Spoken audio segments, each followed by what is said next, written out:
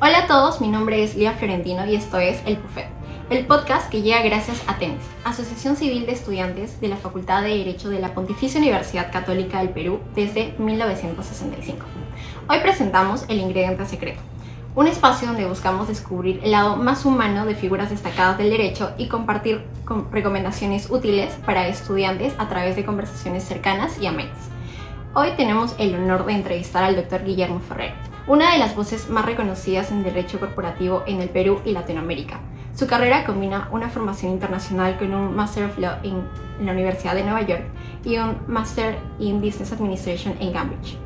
Asimismo, él es la tercera generación del estudio Ferrero Abogados, que próximamente se integraría a la firma iberoamericana Filippi, Prieto Carrioza, Ferrero, Deu y Uria Abogados. Su experiencia abarca desde la asesoría en complejas transacciones corporativas hasta la participación en reformas a la Ley General de Sociedades, siempre con un enfoque práctico, innovador y cercano. Buenas tardes, doctor Ferrero. Muchas gracias por estar hoy con nosotros. ¿Cómo se encuentra hoy? Muy buenas tardes, Lía. Muchísimas gracias. Me encuentro bastante bien y muy agradecido además a la revista TEMES, ¿no?, por esta gentil invitación, ¿no? Y me siento muy halagado por tus palabras. Muchas gracias, doctor. ¿Le gustaría añadir algo a esta presentación? Sí, quizás decir que en adición a lo que has mencionado, ¿no?, yo puedo ejercer derecho tanto en Lima como en Nueva York. O sea, pasé el examen se le llama coloquialmente el examen de la barra de abogados de Nueva York, ¿no? Claro, doctor. Muchas gracias por este complemento a su presentación. Y bueno, nos gustaría empezar por los primeros pasos, naturalmente, y empezamos con la primera pregunta, que es: al mirar atrás en su trayectoria, ¿qué le llevó a elegir estudiar Derecho? ¿Hubo algún momento, experiencia o influencia durante sus primeros años que lo hizo descubrir su interés por esta carrera y eventualmente por el ámbito corporativo?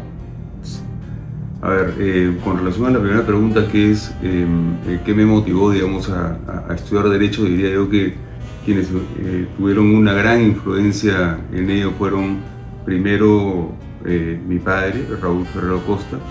Él, desde que yo era chico, tenía 14, 15 años, no había estudiado Derecho todavía, me llevaba siempre a las presentaciones que hacía sobre temas jurídicos en el Colegio de Abogados de Lima. Me llevaba también a las entrevistas que le hacían en los canales de televisión, porque él tiene obviamente un background bastante político, ¿no? Y comentaba de todo tipo de temas constitucionales sobre todo, ¿no? Y diría yo que él fue una fuente muy importante para que yo decidiera finalmente estudiar Derecho. También mi abuelo, pero mi abuelo lo conocí poco, ¿no? Lo he conocido mucho más a través de sus lecturas, ¿no?, que en lo personal, pero yo diría que ellos dos, y en particular mi padre, ¿no?, fue una influencia bastante importante, ¿no?, para que me gustara el derecho y entendiera que era la carrera que quería seguir, ¿no? Claro, doctor, resulta sumamente interesante cómo esto fue generacional. Y ahora quizás yéndonos en particular al ámbito corporativo, ¿qué fue lo que le resultó particularmente atractivo de esta área o quizás frente a otras áreas? Lo más interesante del derecho corporativo, diría yo, es que es un derecho bastante multidisciplinario, ¿no?, porque involucra no solamente un conocimiento del derecho en general, sino también involucra un conocimiento de finanzas corporativas, un conocimiento de contabilidad, un conocimiento de valorización de compañías. Entonces, digamos, la práctica profesional no termina siendo sumamente rica e interesante. Yo creo que uno no puede entender la ley de sociedades si es que no sabes contabilidad, por ejemplo, ¿no? No puedes ejercer fusiones y adquisiciones si no sabes de finanzas o de valorización de compañías, ¿no? Porque al final los roles, ¿no?, se intercambian mucho, ¿no?, entre el banquero, ¿no?, y el abogado. Yo diría que esas son las cosas que más me interesaron del derecho corporativo en general, ¿no? Claro, doctor, sí, el derecho corporativo es sumamente interdisciplinario.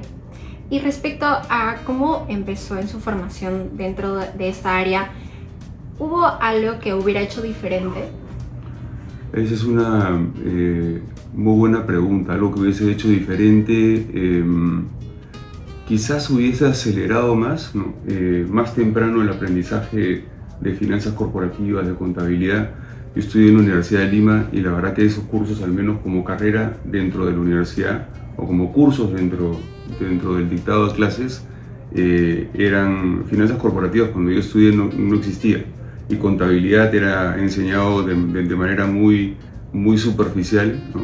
Y pobre, diría yo, ¿no? Yo creo que, por ejemplo, los alumnos de la Católica y de muchas otras universidades hoy en día tienen, ¿no?, al alcance estos cursos, y les recomendaría muchísimo que los lleven, ¿no? Porque van a ver pues la complementariedad que existe entre el derecho corporativo y estas otras áreas estas otras áreas distintas al derecho. Claro, doctor, sí, es sumamente interesante ver cómo estas primeras decisiones definitivamente marcan el rumbo de toda una carrera. Y hablando de estas experiencias que moldean la formación de un abogado, tomamos conocimiento que durante su etapa universitaria usted formó parte de Advocatus, la revista jurídica de la Universidad de Lima. En Temis valoramos bastante este tipo de espacios que permiten explorar el derecho mucho más allá de las aulas. ¿Podría comentarnos qué le motivó a involucrarse dentro de una revista cuando era estudiante y qué recuerdos o experiencias guarda de esto? Claro que sí, por supuesto. En efecto, participé de la primera versión de Advocatus, porque Advocatus ha tenido varias versiones, pero la primera versión de Advocatus, la verdad que estuve muy entretenido durante mi época en Advocatus. Te ayuda mucho, sobre todo cuando estás todavía en formación, ¿no?, a saber cómo hacer investigaciones, cómo hacer análisis jurídico, ¿no? Cómo buscar fuentes para la información que después va a ser utilizada, ¿no? Revisar artículos, ¿no?, que van a ser publicados, lo cual te permite aprender mucho y investigar también para ver si es que todo lo dicho por el autor, ¿no?, se condice con la realidad, ¿no?, lo cual es difícil. Y finalmente, lo otro que tuve oportunidad de hacer, ¿no?, en la revista, es que estuve en el área de financiamiento, ¿no?, y me di cuenta lo dura que era esa parte, digamos, de la revista, ¿no? Pero lo disfruté mucho, y la verdad que yo diría que ese es el primer paso, ¿no?, que me permitió comenzar a construir, ¿no?, una carrera académica también, que es distinta a la profesional, ¿no?, y el gusto por lo académico, ¿no?, que se mantiene hasta el día de hoy, ¿no? Claro, doctor, por todas estas características que nos comenta de su trabajo, al parecer supongo que estuvo en una comisión como de revista, investigación académica. Estuve en dos comisiones, una de revista e investigación académica, y la otra fue de financiamiento. ¿Y cómo era ese entonces la revista Advocatus? ¿Cómo era? Yo te diría que era una de las mejores revistas de derecho, ¿no?, ya en su momento. Sobre todo era la revista, digamos, de la Universidad de Lima, la más relevante, y yo diría que estaban los mejores alumnos, participaban de la revista, eran escogidos, ¿no? Obviamente uno presentaba su currículum también, pero eran escogidos, y fue una etapa de mi vida muy interesante, la verdad. ¿Tiene alguna experiencia o anécdota divertida de la revista? Más que divertida, porque divertida te diría que no, pero que recuerdo sí, y organizamos un evento en la Universidad de Lima sobre los 15 años del Código Civil, ¿no?, en esa época, ¿no?, han pasado ya muchos años desde esa oportunidad, y trajimos, me acuerdo, expositores de Argentina, de España, expositores peruanos, y hubo una concurrencia de más de 500, 600 personas, lo cual era bastante, digamos, porque en su época no existía pues la conexión a través de Facebook o en fin, ¿no?, que permite, ¿no?, que el número de asistentes o participantes a la conferencia sea mucho mayor, ¿no? Claro, doctor. Estas experiencias definitivamente son sumamente interesantes dentro de la formación porque te hacen conocer otra perspectiva, que esa es la perspectiva detrás de cómo se forma todo esto. Y luego, imagino, usted ha sido invitado no solamente a las iniciativas de Advocatus, sino también a iniciativas de otras revistas como Temis. Y de estas formaciones universitarias, ahora nos gustaría pasar a lo internacional. Porque después de su formación en Perú, usted continuó con una maestría en la Universidad de Nueva York y también una maestría en la Universidad de Cambridge, donde, cabe resaltar, fue reconocido como el mejor estudiante latino. ¿Cómo era un día típico por allá? ¿Cómo se vivió esa experiencia de estudiar y desarrollarse en el extranjero, tanto académica como profesionalmente? Gracias por la pregunta. Voy a dividir, digamos, las maestrías porque son enfoques muy distintos, ¿no? El Master of Law o LLM, ¿no? en NYU lo hice cuando tenía 29, 30 años, ¿no? En ese momento yo quería obviamente ejercer derecho como lo sigo haciendo hasta el día de hoy, ¿no? La experiencia de vivir en Nueva York fue una experiencia fantástica, la recomiendo muchísimo, no únicamente por digamos, todo lo que ofrece la ciudad, sino por los contactos que uno puede hacer. O sea, el vivir en Nueva York te da mucho contacto, ¿no? Y la vida humana, para lo que uno ejerza, es una vida de contactos. Y el que no lo crea así, está equivocado. Les recomiendo muchísimo a todos los que me están escuchando que establezcan relaciones de amistad y relaciones no de amistad, pero de cercanía, ¿no? Que son contactos, ¿no? Pero, ¿qué otras cosas más caracterizaban mucho la maestría que hice en NYU?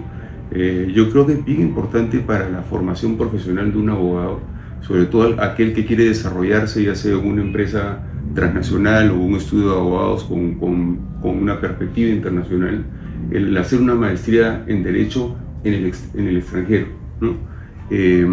Y yo recomiendo bastante que cuando se elija, digamos, el país donde hacer la maestría, en principio yo sigo sugiriendo bastante que la maestría se haga en Estados Unidos.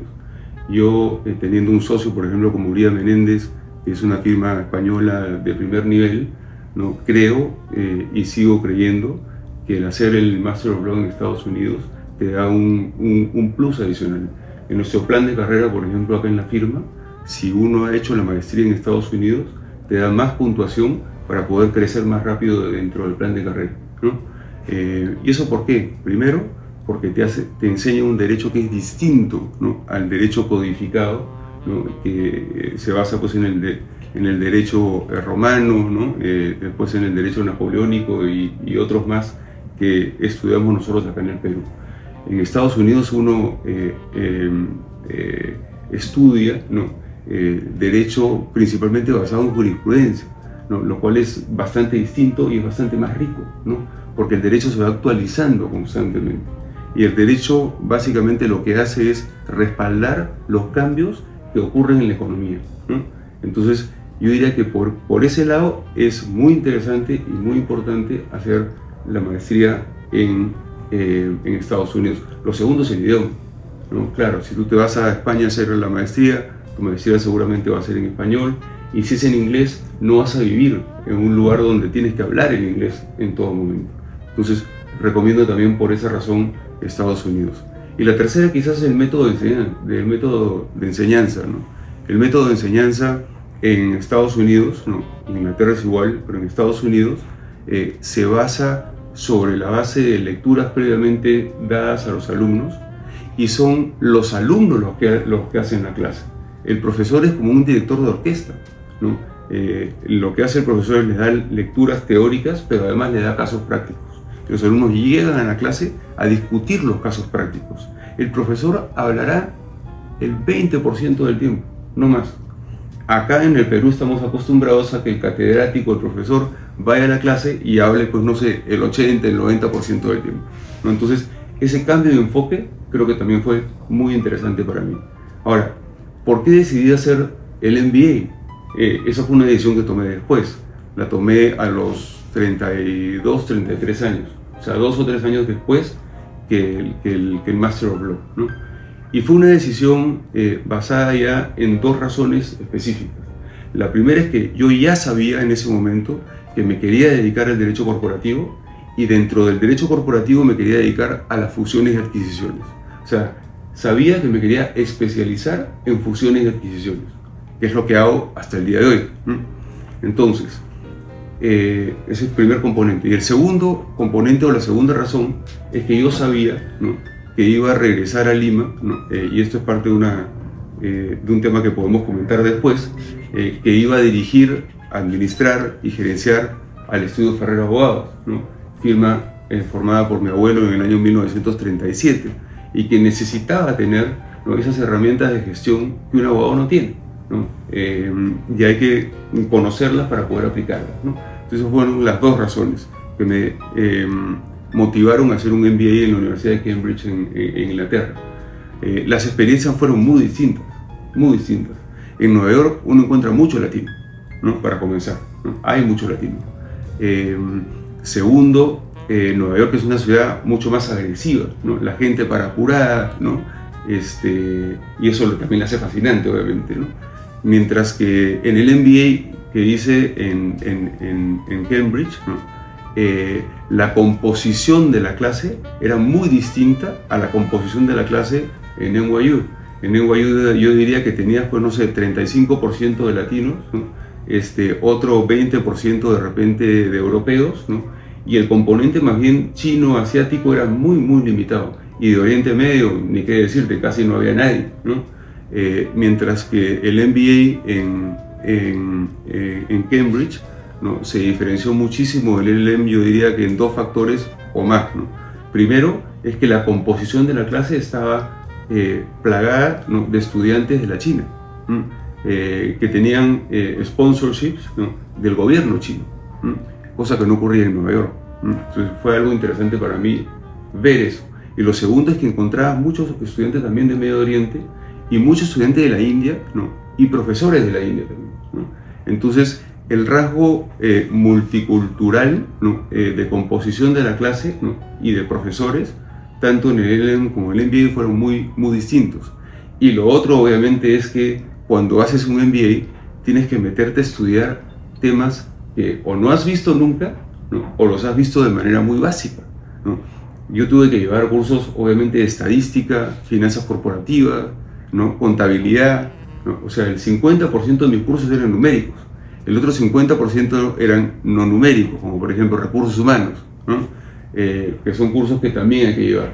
Pero yo creo que el MBA me enriqueció muchísimo, ¿no? En el lado de mis conocimientos para poder ejercer como abogado en derecho corporativo, pero en particular como abogado en fusiones y adquisiciones.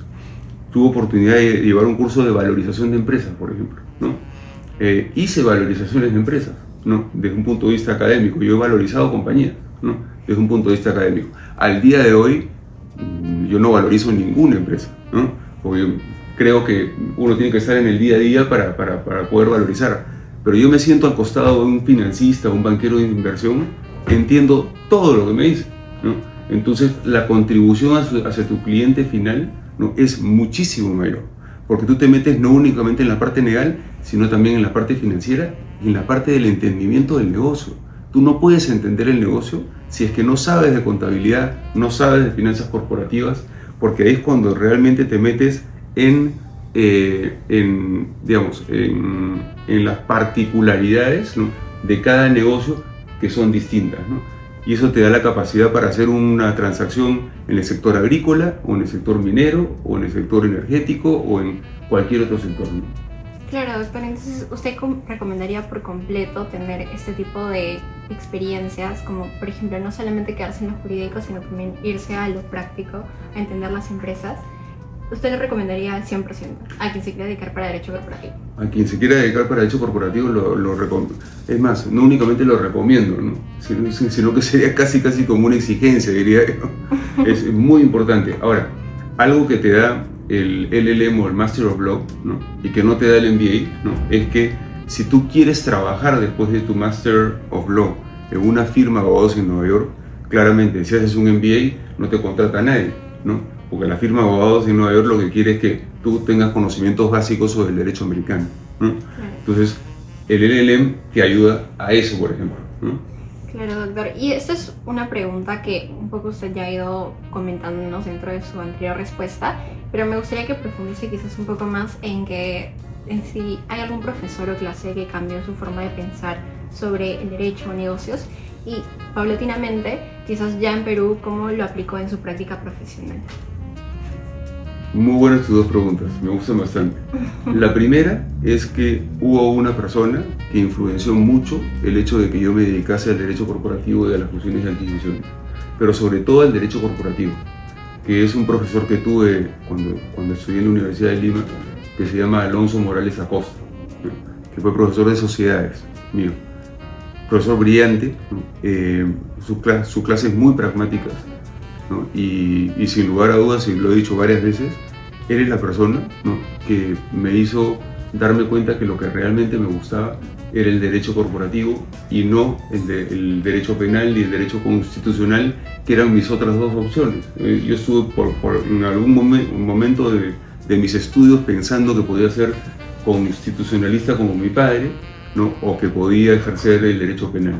Pero cuando llevé el curso de sociedades dije, esto es lo que quiero desde el punto de vista corporativo, ¿no? Y con relación a tu segunda pregunta, ¿no?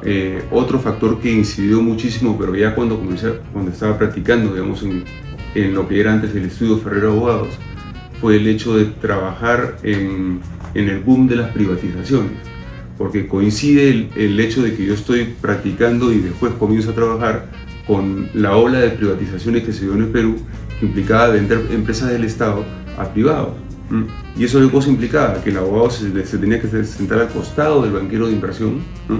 Y el banquero de inversión le enseñaba sus modelos, ¿no? Flujo de caja descontado, valor presente, en fin. No voy a entrar a las distintas metodologías de valorización porque eso es parte de una clase de valorización de empresas. Pero lo que sí puedo decirles es que me pareció fascinante, ¿no?, ver cómo podía entender un poco más del negocio a través del banquero de inversión, ¿no? Y eso fue lo que me hizo que dentro del mundo del derecho corporativo me especializase, ¿no?, en fusiones y adquisiciones, ¿no? Claro, doctor. Realmente muy interesante cómo por una experiencia en particular se puede llegar a formar toda una carrera más adelante. Y respecto a lo que usted nos comentaba hace un momento de continuar la tercera generación de Ferrero Abogados, ¿nos puede comentar cómo fueron esos primeros pasos en la continuación de ese estudio familiar y quizás cómo usted realmente ya en la marcha redefinió la identidad del estudio? Por supuesto que sí. El estudio, porque digamos, a César lo que es del César, como se dice, ¿no? Entonces, el estudio fue fundado por mi abuelo Raúl Ferrero Regagliati en el año 1937. O sea, me parece que éramos el tercer estudio más antiguo acá en el Perú. Bueno, somos el tercer estudio más antiguo acá en el Perú. Él lo funda, ¿no? Después, bueno, mi abuelo fallece, ¿no? Y la segunda generación de la firma, o el liderazgo de la segunda generación, la toman mi padre, Raúl Ferrero Costa, y mi tío Augusto Ferrero Costa, ¿no? Dos eminencias en el derecho. Yo la verdad que cuando tomé la decisión, y esto me estaba olvidando de comentarlo, pero cuando tomé la decisión de estudiar Derecho sabía que la valla que tenía era altísima, ¿no? Porque claro, con dos eminencias, digamos, de esa categoría, ¿no? Y yo llevando el apellido Ferrero y trabajando en el estudio Ferrero, ¿no?, hacía, como es lógico, que sintiera pues que realmente me tenía que esforzar mucho, ¿no?, para poder llegar a la altura, ¿no?, de donde mi padre y mi tío llegaron, cosa que estoy lejos todavía de alcanzar, pero digamos que creo que al menos voy en el camino, ojalá sea así, ¿no?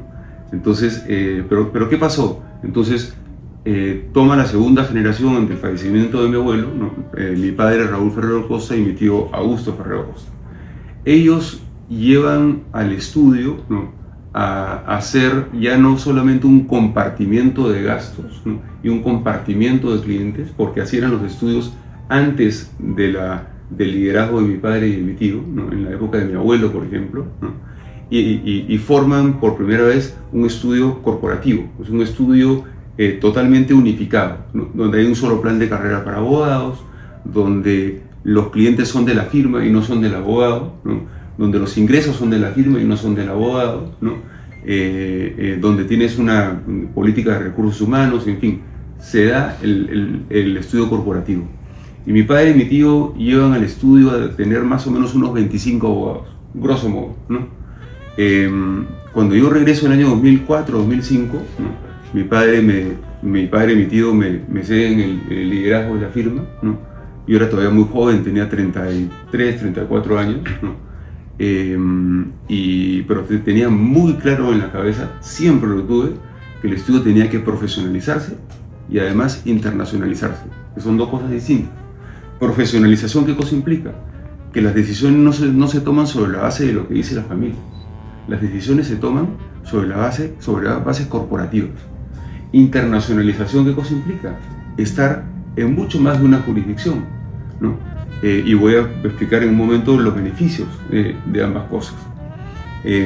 Nosotros como Ferrero Abogados éramos considerados un estudio familiar. De los 7 socios, de la firma, ¿no? 5 éramos miembros de la familia. Únicamente 2 eran no miembros de la familia. O sea, claramente las decisiones se tomaban sobre la base de lo que quería la familia, ¿no? Y yo quería que eso cambiara en el tiempo. Estuvo bien durante muchos años, ¿no? O sea, no cuestiono eso, pero sí me da cuenta que la única forma de seguir creciendo y sobre todo de atraer talento, ¿no? Es profesionalizando, que la gente vea que las decisiones no las toma la familia, que las decisiones las toma la corporación, que es muy distinto. Al día de hoy, y con la internacionalización que lo voy a explicar en un segundo, ¿no? O en un momento, ¿no? Al día de hoy somos en lo que se conoce como PPU. PPU es Filippi, Prieto Carrizosa, Ferrero de U y Uría, que muy bien lo has mencionado, Lía. En PPU somos aproximadamente 65 socios en 3 países, Perú, Chile y Colombia. Perú, Chile y Colombia, ¿no? 65 socios. El único al día de hoy que lleve el apellido Ferrero soy yo, ¿no? De los socios, ¿no? No hay nadie más que se apellide Ferrero. O sea, eso cambió por completo cuando decidimos dar el salto de la internacionalización, ¿no? Porque ahí terminas consolidando a la corporación por encima de las personas, ¿no? Entonces somos 65 socios, distribuidos en 3 países, Chile, Perú y Colombia. Más o menos tenemos el mismo nivel de socios, o el mismo número de socios. En Perú al día de hoy somos unos 140 abogados aproximadamente, ¿no? Y tenemos como staff que respalda, digamos, las operaciones de Perú, aproximadamente unas 80 o 90 personas, ¿no? Tenemos un departamento de desarrollo de negocios que es totalmente distinto de lo que los abogados pueden decir. O sea, es gente especializada en desarrollo de negocios que contratamos para que nos ayude con eso. Desarrollo de negocios, recursos humanos, tecnología, todas las áreas que tiene una corporación, como puede ser, pues no sé, una minera o cualquier otra que tenga presencia en varios países, nosotros la tenemos implementada a nivel de la firma. Y lo interesante, además, es que a nivel de la firma, esos comités, porque son comités, están conformados no únicamente por peruanos, sino por peruanos, por chilenos y por colombianos, pero también por españoles. ¿Por qué? Porque cuando en el año 2015 a nosotros nos invitan, a Ferrero Abogados nos invitan a participar de esta firma internacional, ¿no? Y nosotros decidimos participar de la firma internacional, ¿no? En el estudio consolidado tenías en propiedad, ¿no? De la firma, el 30% ya le pertenecía a Uría Menéndez y el otro 70% como persona jurídica. O sea, Uría Menéndez es accionista de la firma como persona jurídica con el 30%, y el otro 70% nos corresponde a las personas naturales, chilenos, peruanos y colombianos, que integramos el estudio. Entonces Uría Menéndez también participa de los comités, ¿no? Porque tiene un rol muy importante dentro de la firma. Participa en nuestra asamblea de socios, participa en el directorio de la firma y participa en todos los comités. Es más, la firma ofrece a sus abogados pasantías en Uría Menéndez. La firma ofrece a sus abogados pasantías en Colombia, en Chile, ¿no? Por un periodo determinado, 6 meses o el periodo que finalmente se convenga. Entonces, yo lo que creo es que la internacionalización lo que nos ha dado, ¿no? Es una fuente de atracción de talento que antes claramente no teníamos, ¿no? A ese nivel, ¿no? Porque los abogados, cuando ven el perfil internacional, les interesa muchísimo, ¿no? La posibilidad de poder hacer una práctica o poder trabajar después en una firma con estas características. Y no únicamente eso.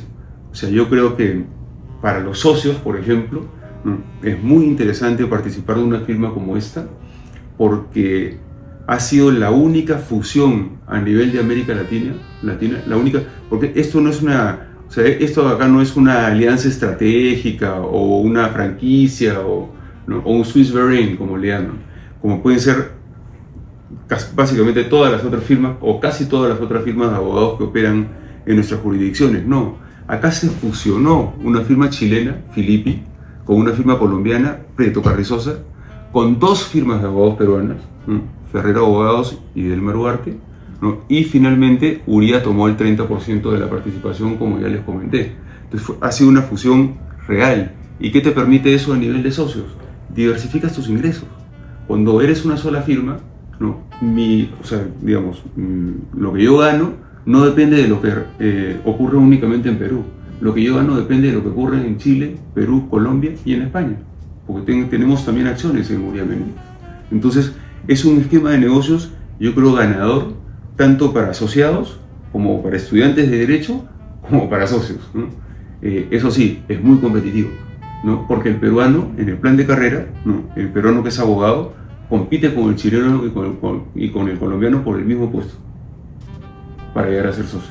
Claro, doctor, y todo este proceso de la profesionalización y la internalización se construyeron a base de decisiones difíciles, me imagino, y todo fue un proceso completamente largo. Pero finalmente llegó este resultado que, como usted ya lo ha mencionado, es sumamente satisfactorio y prestigioso, porque claro, la firma es una de las más prestigiosas a nivel iberoamericano. Y ahora nos gustaría saber un poco más de, usted ya lo ha ido adelantando un poco, de cómo se vive este trabajo internacional. Y algo que me llamó la atención en especial es que usted nos mencionaba que Uría Menéndez participa en las reuniones, en las firmas, y al estar en diferentes países, ¿cómo se dan estas reuniones? ¿De manera virtual o se reúnen quizás semestralmente, mensualmente? Muchas gracias por la pregunta, porque creo que es bien atinada. Tenemos como mínimo, hay una asamblea anual de socios. Este año va a ser en abril, ¿no? Va a ser en Panamá, ¿no? Tratamos de cambiar la jurisdicción, ¿no? Y nos juntamos todos los socios de Chile, Perú y Colombia, ¿no? Y de Uría Menéndez siempre va el presidente del directorio, digamos, ¿no? Y el presidente ejecutivo, ¿no? Pero además van los miembros del directorio de Uría Menéndez, ¿no? En PPU o Filippi, Prieto Carrizosa, en lo más extenso, digamos, ¿no? Esa es una reunión como mínimo, ¿no? Pero de ahí existen múltiples reuniones, ¿no? En las cuales los socios o asociados viajan, ¿no? Para conocerse o para hacer, digamos, relacionarse, ¿no? Con sus colegas de las otras jurisdicciones, y eso ocurre en el marco de programas de entrenamiento, ocurre en el marco de desarrollo de un área en específico, ¿no? Le hemos puesto, por ejemplo, últimamente mucho hincapié al desarrollo de una práctica china, ¿no? Que pocas firmas las tienen acá en Perú. Nosotros creo que somos el único estudio, de repente me estoy equivocando, ¿no?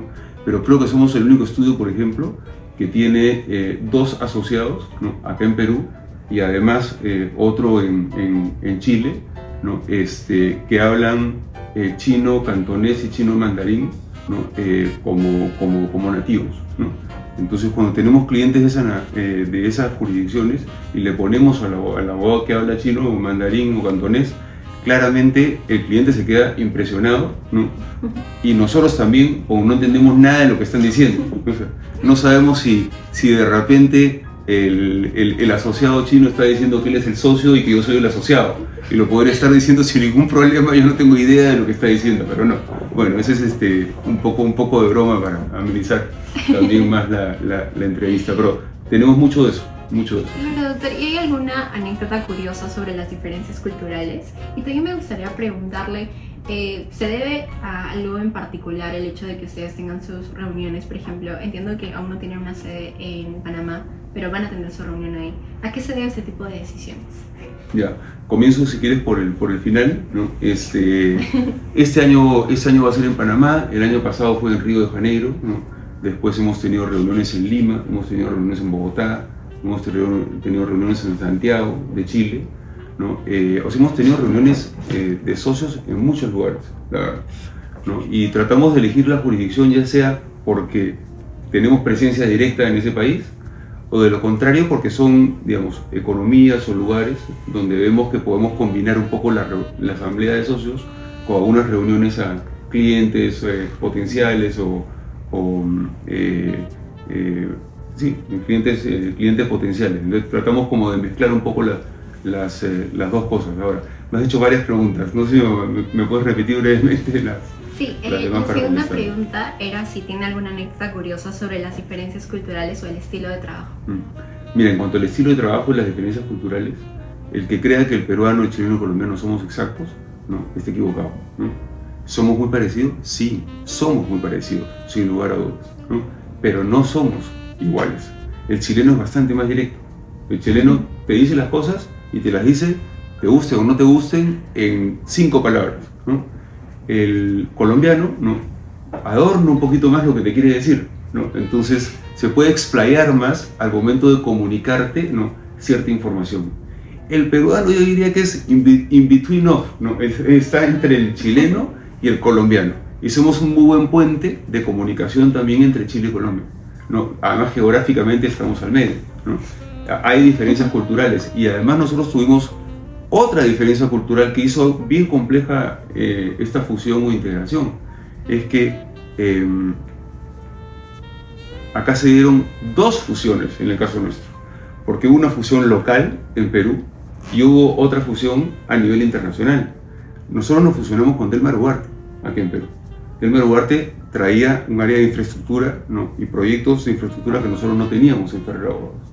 Ferrero Abogados era una firma mucho más, digamos, tradicional en el sentido de una muy buena área corporativa, tributaria, laboral, litigios, pero no teníamos infraestructura. Entonces hubo que fusionar ambos estudios. Y créeme que las diferencias culturales no eran menores. Ferrero Abogados, un estudio con mucha disciplina, ¿no?, horarios de trabajo, ¿no?, tenías que estar en la oficina a las 8:30 y tenías despacho de abogados con todos los abogados presentes, o sea que no podías faltar, no te podías ir antes de determinado tiempo, tenías que siempre cargar tus horas. Entonces era como una máquina, ¿no?, funcionando, ¿no? Y Delmar Ugarte tenía una cultura muy distinta, ¿no? Para comenzar, su sede o sus oficinas estaban en Barranco, ¿no? Entonces una cultura mucho más, muy exitosa, ojo, muy exitosa, o sea, en temas de infraestructura y proyectos de infraestructura y financiamiento para proyectos de infra, ¿no? Pero con una cultura organizacional muy distinta. No cargaban horas, por ejemplo, ¿no? ¿Cómo le cobraban a su cliente? Le decían, mira, esto te va a costar esta suma fija, ¿no? Y no cargaban horas. Y el cargado de horas yo sí creo que es bien importante porque te sirve para medir, ¿no?, el rendimiento del abogado, ¿no? Pero ellos no tenían cargadores. Entonces, y habían hasta cosas tan menores como que en un estudio le dábamos teléfono y en el otro no, o sea, 1000 por menos. Y poder unificar las bandas salariales, ¿no?, y las bandas dentro del plan de carrera, muy complejo trabajo también, ¿no? Entonces tuvimos que fusionarnos a nivel local y después subir ese motor, digamos, a nivel internacional. Fue una doble fusión. Claro, doctor.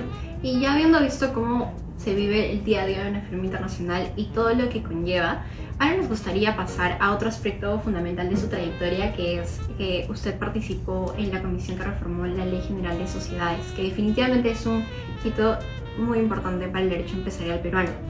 ¿Nos podría comentar cómo se vivió su experiencia y qué aprendizajes o desafíos le dejó formar parte de un proceso de esa magnitud?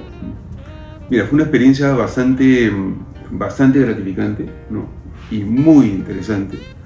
Yo creo que es más lo que aprendí que lo que aporté, ¿no? Obviamente uno también aporta, sin duda, ¿no?, pero uno aprende mucho.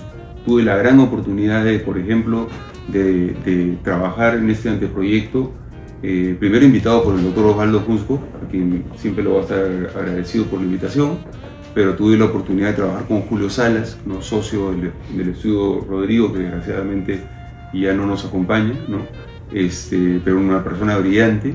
Tuve la oportunidad de trabajar con José Antonio Payet, ¿no?, otro abogado muy destacado, ¿no?, y al cual yo le tengo una alta consideración.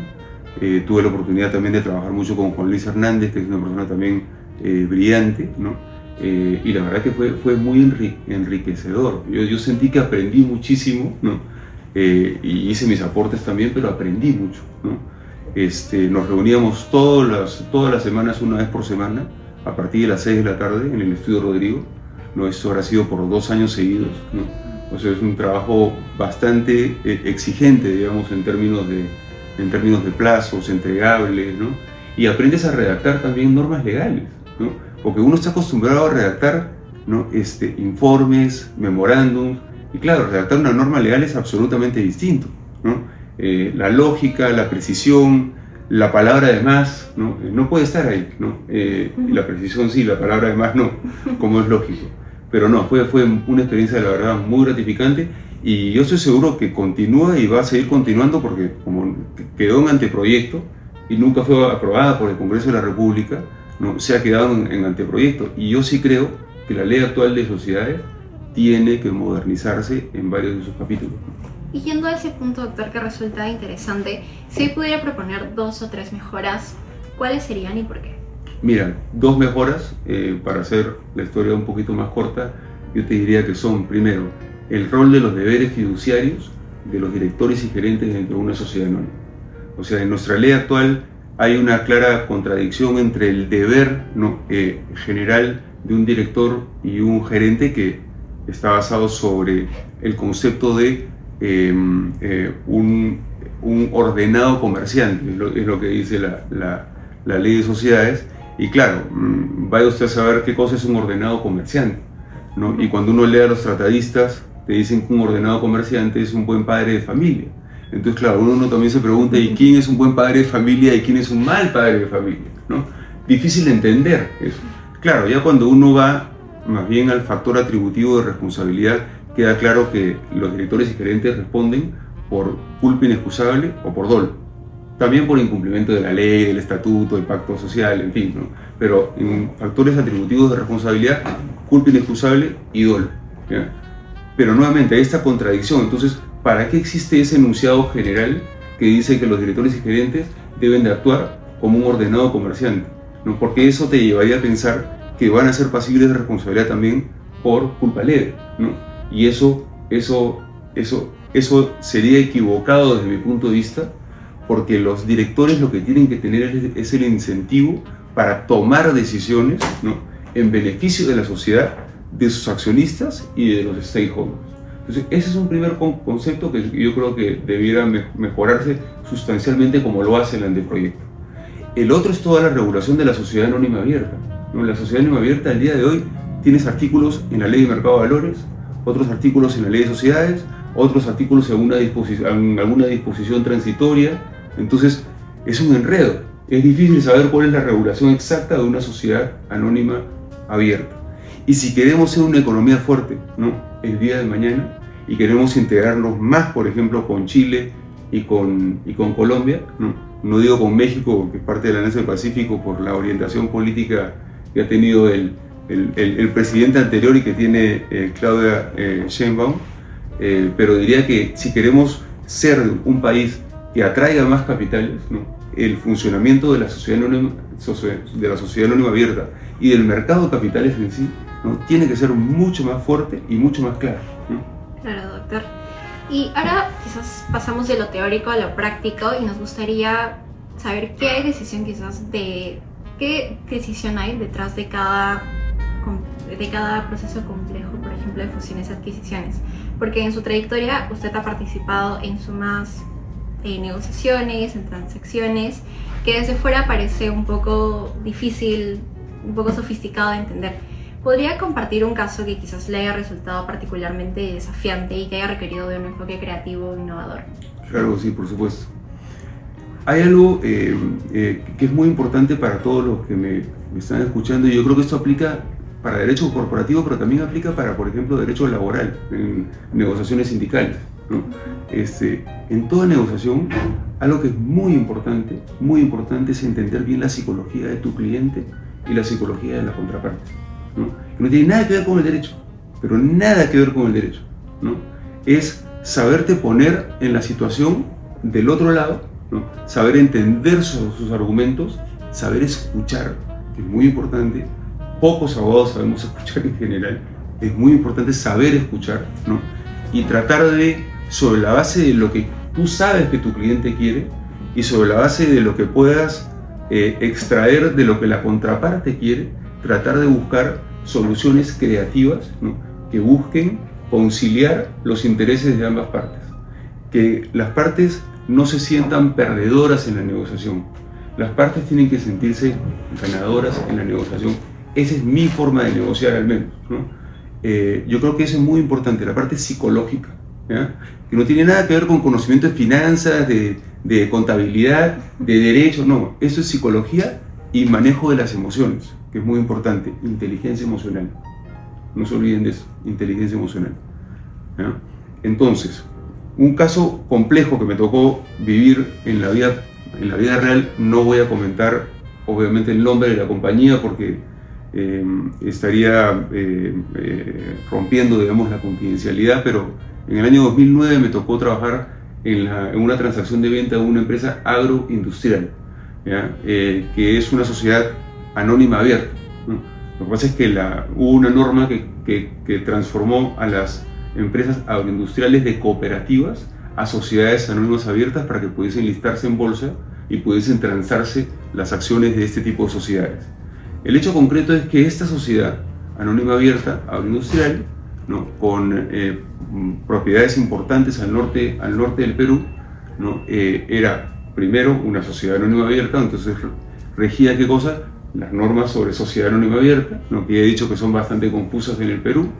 Era una empresa con un estrés financiero muy fuerte, o sea, tenía incapacidad de pago con acreedores y había más de un acreedor que había solicitado el concurso de la empresa. Entonces tenías temas concursales, temas de mercado de valores, temas societarios, ¿no? Pero adicionalmente a eso, ¿no?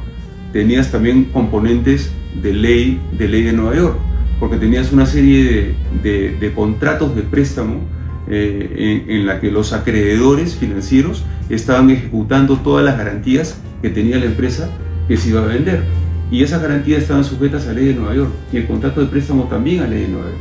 Entonces tenías que tener algún tipo de entendimiento de la ley de Nueva York, no conocimiento profundo, pero algún tipo de entendimiento, ¿no? Y para, digamos, agravar un poquito más las cosas, los accionistas principales de la empresa a ser vendida, ¿no? Habían dado avales personales garantizando las obligaciones de la compañía, perdían todo su patrimonio, ¿no? Y finalmente los mismos accionistas vendedores no estaban entre ellos al 100% de acuerdo en vender la compañía. Tenías a un hermano, eran, digamos, 4 hermanos, tenías un hermano que no quería vender la empresa, ¿ya? Y que quería torpedear el proceso. Entonces eso fue, la verdad, bien complejo de manejar. Y les diría que quizás lo más complejo no fue ni ni los conocimientos sobre sociedad anónima abierta, mercado de valores, concursal, ni la ejecución de las garantías, no. Lo más complejo fue lidiar con ese hermano que no quería vender y convencerlo de los méritos de poder hacer la venta.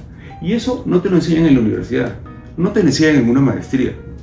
Eso lo desarrollas, ¿no?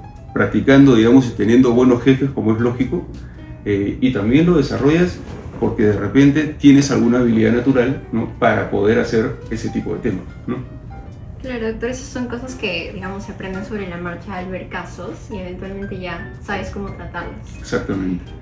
Pero para poder manejar psicológicamente, y con esto ya te cedo la palabra, Lía, para poder manejar psicológicamente bien a tu cliente, hay un tema que es muy importante para el éxito profesional de un abogado de manejo, que uno mismo tenga inteligencia emocional.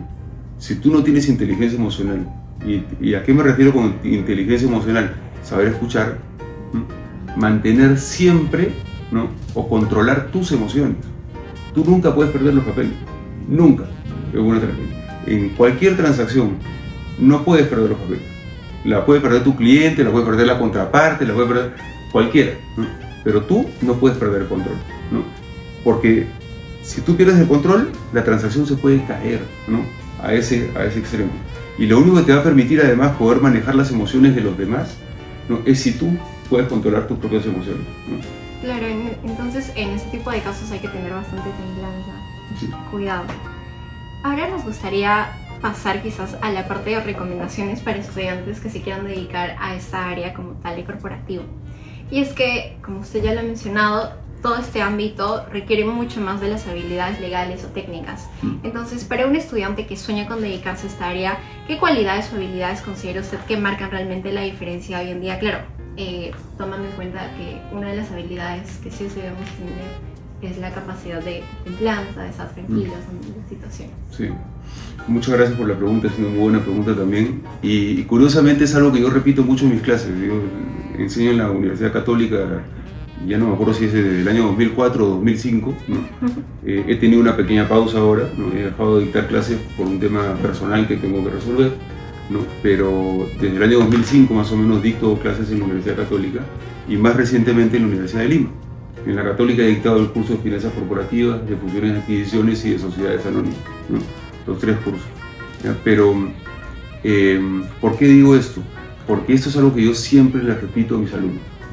El éxito profesional para un abogado que quiere dedicarse al derecho corporativo y a las fusiones y adquisiciones se basa en, primero, esfuerzo. El esfuerzo es fundamental. Tú tienes que estar preparado para esforzarte más que cualquier otro, ¿no? En mi caso particular era inclusive más difícil porque yo llevaba el apellido, ¿no? Yo tenía que demostrarle a todos en el estudio, ¿no?, que si a mí me daban A, ¿no?, era no porque me apellidaba Ferrero, sino porque me esforzaba más que los demás, ¿no? Y siempre trataba de dar un paso adicional, ¿no? Esfuerzo, número 1. Número 2, especialización. Es muy importante que en el marco de tus estudios, ¿no?, de derecho vayas entendiendo en qué te quieres especializar. Eso es muy importante. Y cuando decidas a qué te quieres especializar, simple y llanamente seas casi como un robot que sigue, inclusive en su carrera profesional, con la especialización. Yo decidí que quería ser abogado corporativo después del curso que llevé con Alonso Morales Acosta, como ya lo comenté. Y decidí que quería dedicarme a las fusiones y adquisiciones poco tiempo saliendo de la universidad, cuando comencé a trabajar con banqueros de inversión.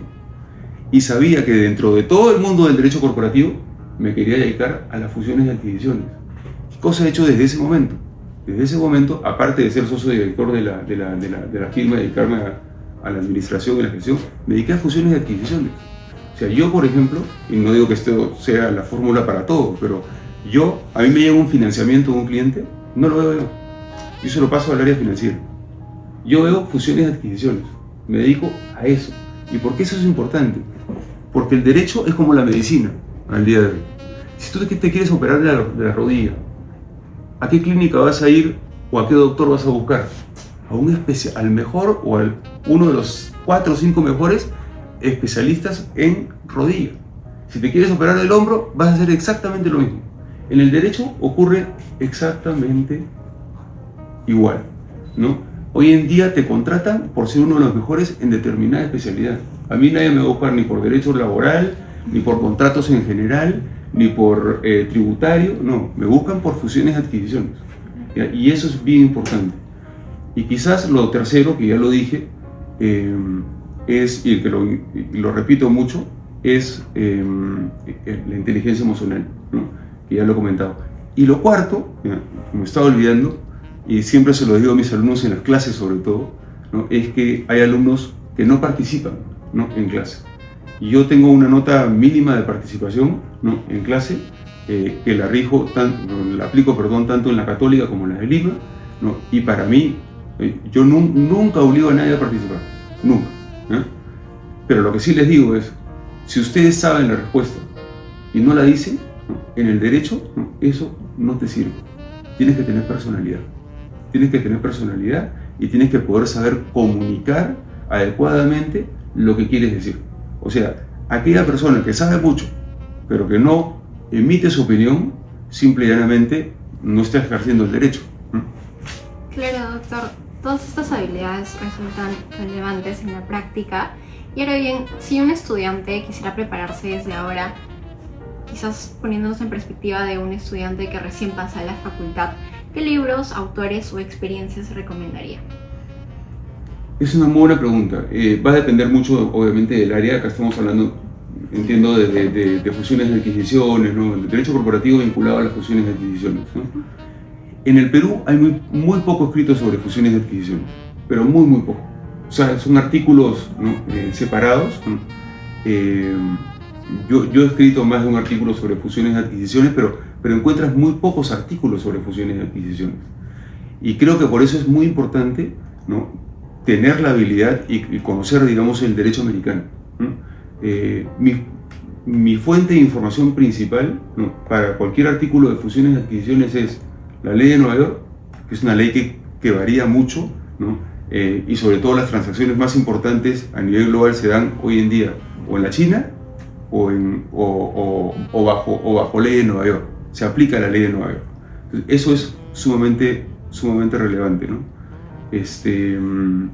¿Y qué más? En cuanto a bibliografía, uso mucho mis libros o los libros que utilicé para hacer el MBA, ¿no? Entonces combino, ¿no?, el entendimiento puramente jurídico con el entendimiento más bien financiero, contable, ¿no?, que está en esos libros o metodologías de valorización, por ejemplo. Entonces, mis fuentes de información, más que fuentes locales, son fuentes internacionales.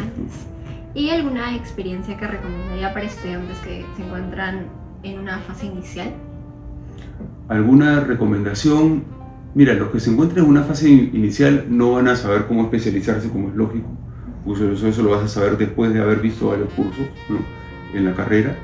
Pero quizás lo que puedo recomendarles es un poco lo que ya dije, ¿no?, que es esfuércense mucho. O sea, métele mucho punch, ¿no? Y mucho sacrificio, ¿no? Claro, doctor, muchas gracias por todas sus recomendaciones. Estoy segura que a toda la audiencia que esté viendo este video le van a resultar sumamente enriquecedoras. Y ahora, por último, pero no menos importante, nos gustaría pasar a nuestra pregunta estelar, que es, mirando todo su recorrido desde sus años como estudiante, su formación nacional e internacional, la continuación generacional del estudio y eventualmente la integración al estudio iberoamericano, ¿cuál cree que ha sido ese ingrediente secreto que lo ha llevado a construir una trayectoria profesional que hoy tiene y a sostenerla con tanta pasión y consistencia? Yo creo que varios, ¿no? El primero, ¿no?, las enseñanzas que mi padre me dio desde chico, ¿no?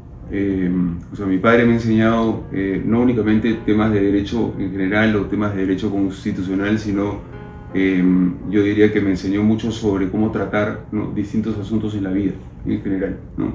El autogolpe de Estado, por ejemplo, del año 92 que dio el expresidente Fujimori, ¿no?, y esa escena que está en los canales de YouTube, en la que mi padre se enfrenta, digamos, a los militares, se enfrenta a la policía en un estado en el que no existía ninguna garantía constitucional.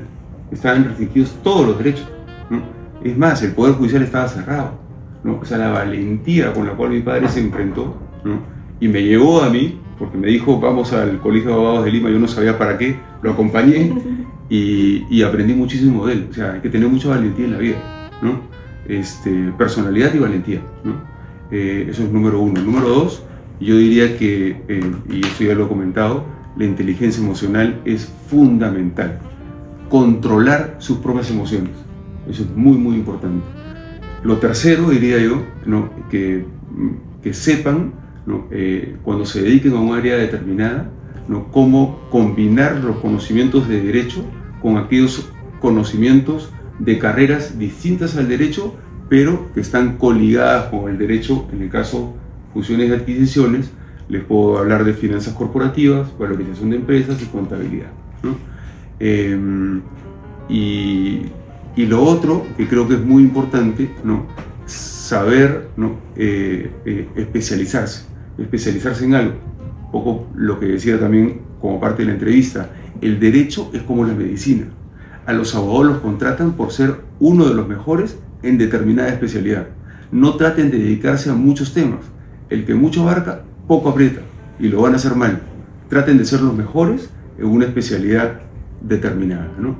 Y nunca pierdan el interés por la parte académica, ¿no?, porque te nutre constantemente y te enseña constantemente, ¿no? Claro, doctor. Solamente me quedan palabras de agradecimiento por esta entrevista. Ha sido una entrevista con mucha información relevante para todas las personas que quieran dedicarse al ámbito corporativo y en general para los estudiantes de Derecho. Solamente me queda preguntarle si tiene alguna recomendación final, algo final que le gustaría comentar. Quizás lo final que me estaba olvidando es, si es que pueden conocer y entender sobre ley de Nueva York, háganlo. Los negocios al Perú llegan normalmente a través de firmas de abogados en Nueva York, ¿no? Entonces, si pueden conocer un poco sobre ley de Nueva York el día de mañana, háganlo, ¿no? Dedíquenle un poco de tiempo. Si eso va a cambiar de acá a 10 años, ¿quién lo sabe? porque vivimos en un mundo tan complejo de entender, ¿no? Que quizás algún día, de acá a 10 años, 20 años o 30 años, termine siendo más relevante una ley distinta a la ley de Nueva York. Pero al día de hoy, esa sería mi recomendación. Y lo otro, a ustedes, sigan haciendo el fantástico trabajo que vienen haciendo el día de hoy. A la revista Temis, el agradecimiento profundo por esta entrevista. Y nada, con eso me despido y le deseo mucha suerte obviamente a todos quienes me están escuchando. Muchas gracias.